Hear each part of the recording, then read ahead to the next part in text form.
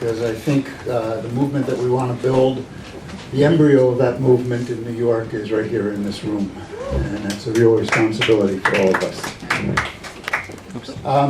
In 2012, NATO came to the United States. Under Barack Obama, he decided he was going to send NATO to his hometown of Chicago.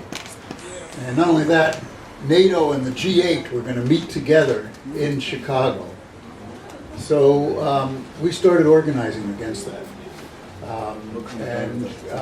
UNAC was the central sponsor of what turned out to be the largest anti-NATO demonstration that has happened to date.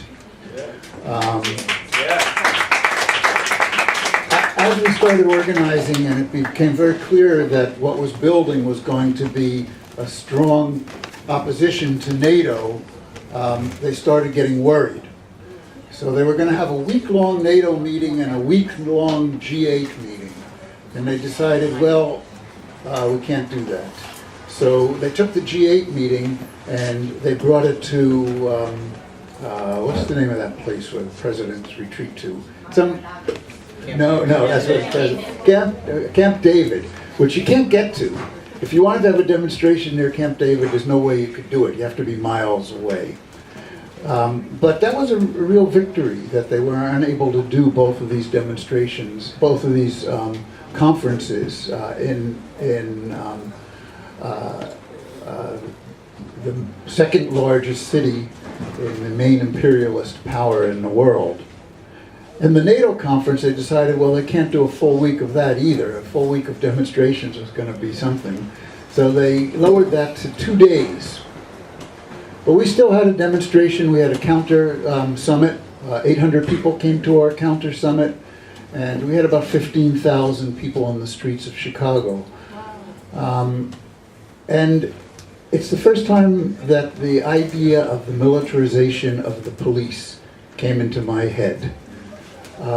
They mobilized cops from everywhere in the Midwest, and Army units and all sorts of people were there. And they basically formed a cordon of the whole line of march, you know, shoulder to shoulder with these people that look like Darth Vader. And for a long time before, they advertised that here are peace activists. We were going to be violent. And there is NATO, the main imperialist war organization in the world. They're peaceful. It's the way they turn things upside down, everything they do. As Malcolm X explained, they make the victims into the criminal and the criminal into the victim. So they turn reality on its head. And they told people, if you live in downtown Chicago, you better leave, because these people coming into Chicago are going to be violent. Among some marginal groups, they put FBI agents and tried to encourage some of these groups to be violent. In particular, they put some FBI agents into an anarchist group and got some real young kids, teenage kids, convinced these teenage kids they should make Molotov cocktails. They never did, of course, but they convinced them to say, yeah, okay, we'll go along with that. Then they arrested them, and they became the NATO 5 in Chicago. And I don't know if they're out yet, to tell you the truth, of prison yet. They told people to leave, and then they spent a tremendous amount of money, millions of dollars, on the security. And nothing happened. We weren't violent. You know, we had demonstrations and militant demonstrations, and there was some civil disobedience in the days leading up, but we were not violent. So at the end of the rally, we had a rally and then a long march. And the march was led by Iraq and Afghanistan veterans. And at the end of the march, we got as close as we could to NATO, and one by one they got up, on the stage, and threw their medals in the direction of NATO, and promised they will never fight a rich man's war again. was a real powerful thing that happened. But the police were not content with that, because if it ended there, we won. So at the end, people were told, if you're getting a bus, you go down this way. If you're going back to the original march, you go down this way. And the police came in and they kind of cordoned off the area and made only one way that people could leave, and it was through cordons of police. And they had these gates. They had made gates so that we would protest behind these gates. It started pushing the gates back and back, and people started falling over each other and getting up and not knowing what to do. And then they started swinging their clubs. And many people were hospitalized, and many people had hurt limbs, broken limbs, and so forth. So here they justified spending all that money, and they can now say we had a violent demonstration. But the violence happened where it always happens from. It happened from the police, and it happened from the forces of war that were meeting in Chicago at that time. Well, we met some people during that protest period in Chicago. Two groups that were also there that kind of had a separate summit. One of them spoke at our alternative summit. They had a much smaller one.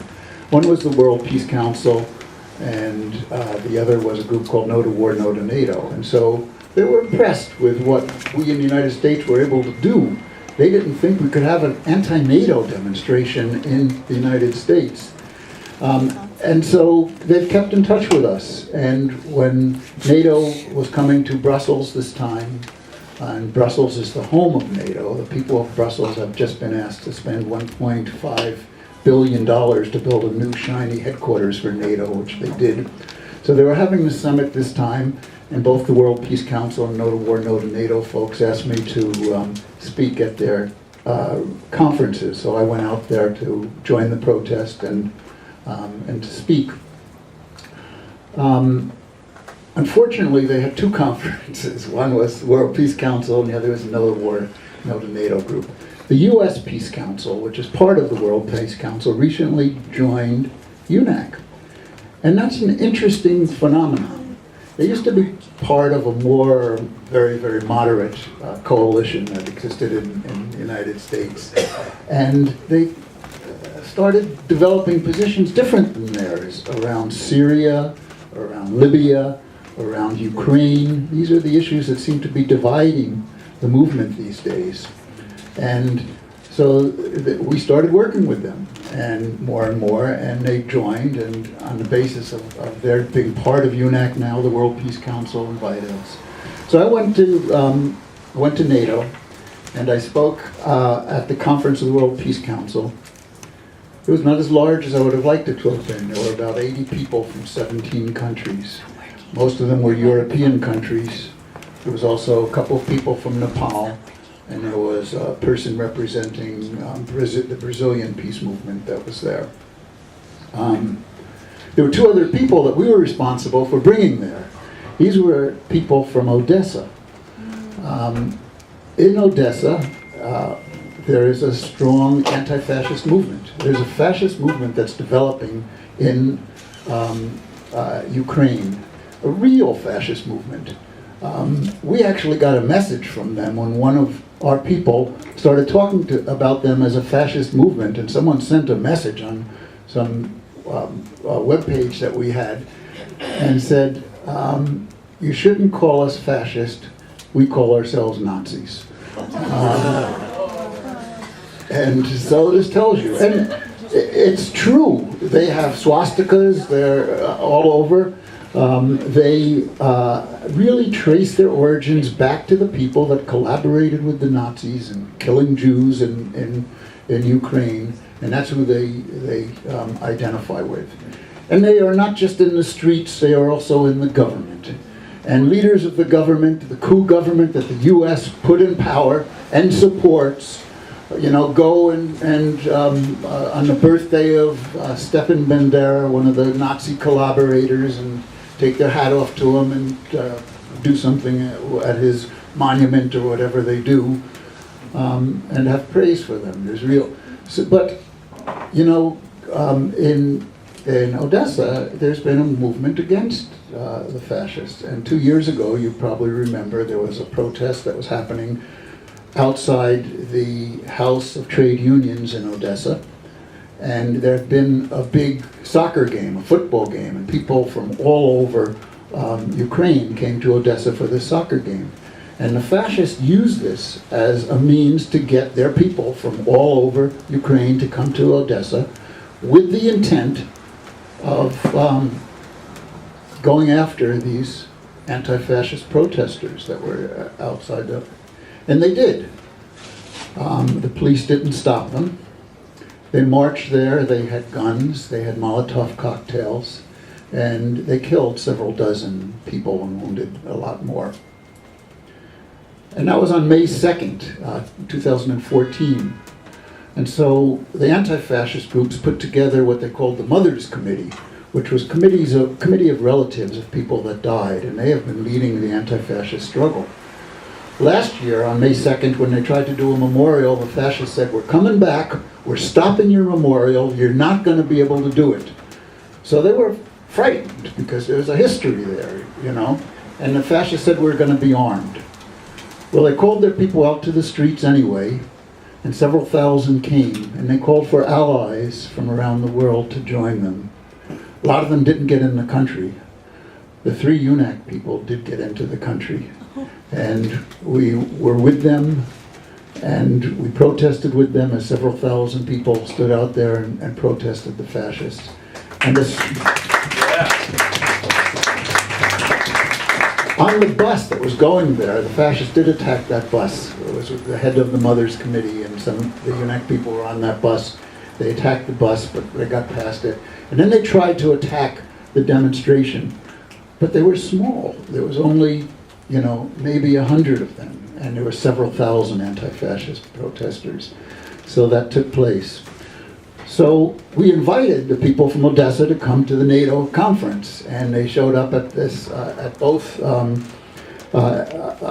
alternative summits, and they showed up at the one at the World Peace Council. And one of the people who was there was someone who UNAC has been on a little campaign to win his freedom, because he was arrested for his anti-fascist activity, and he was able to get out, and he was one of the people that was at this conference, so it added a lot to the conference. After the conference, we walked to the place where the rally was, the march was to take place. The march had about 12,000 people, which also was a little disappointing to me in some ways.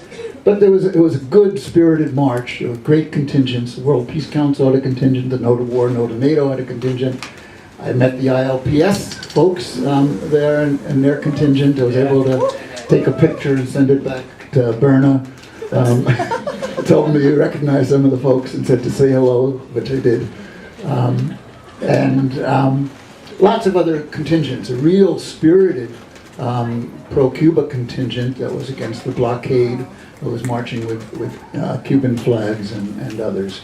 And it was a good protest. It got coverage throughout all of the area in Brussels and Belgium and so forth. It got no coverage here. You probably didn't know that something like that happened. Well, I spoke at that conference also, and then the next day I spoke, and they asked me to speak on the expansion of NATO at the other conference. And I spoke on a panel with a guy from Moldova.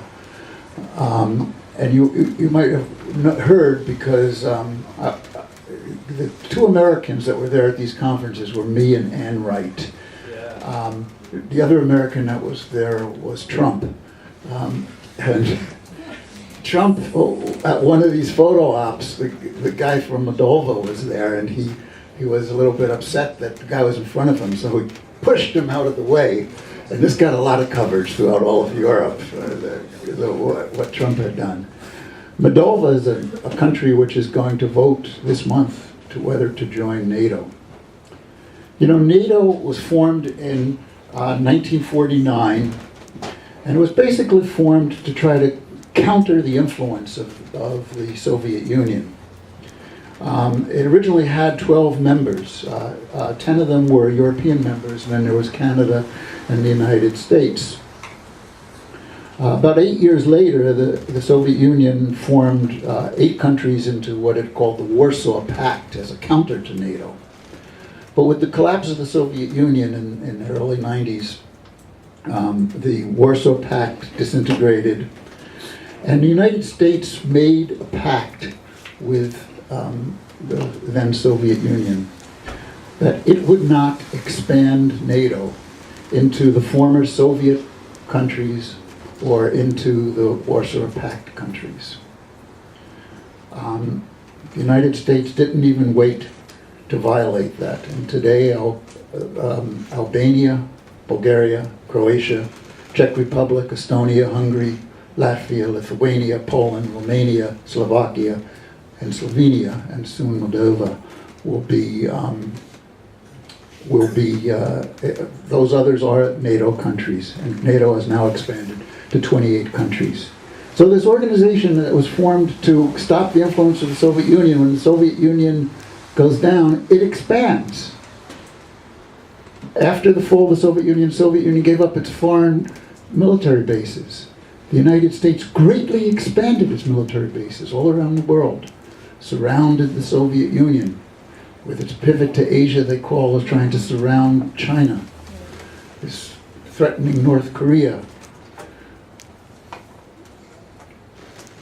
They never had any intention of lessening the struggle. They were just going to take advantage to make sure that there would be a deep influence of Wall Street and Washington in every country in the world, and that's what they were doing. So this is the expansion that has taken place with NATO. And now in these countries that were the former Warsaw states and countries and the Soviet states, there are US troops, there are other NATO troops, there are missiles, they call it a missile defense, which is really a first strike capability. It's not a missile defense. And they want Ukraine. Ukraine has the longest border with with Russia. And that's why, part of the reason why there was a coup, a US-sponsored coup. And they're not afraid of fascists and Nazis coming to power. And they're coming to power everywhere. And that's with the encouragement as these countries move further and further to the right. And it's why today we need a strong anti-imperialist movement throughout the world. It's important to go overseas and talk to these people. Because while Trump wants to build walls, we need to build bridges between the people and countries throughout the world. Because their policies are against all of our interests. And that one fact gives the possibility of us mobilizing masses of people, and with all the media and all the money and all the military they have, if masses of people had the consciousness to understand what is wrong with these wars, what is wrong with NATO, what is wrong with imperialism, they could stop it. They could stop it just by not cooperating, putting their hands in their pockets and saying, no, that's enough. So today we need an anti-imperialist movement like never before. And unfortunately, the anti-war movement in Europe, as I saw, but also in the United States, is split. And it's split over some of those issues that I talked about. But in this room, there's the political consciousness of those issues. There is the political consciousness to understand that we need an anti-imperialist, anti-war movement. The UNAC conference is in 2 weeks. I really encourage you to be there. And then when the ILPS conference happens, I will be there, and I will encourage everybody else to be there too. Because we are going to be the backbone of this new movement that's going to stop imperialism in its tracks, and it's going to end it forever. Thanks.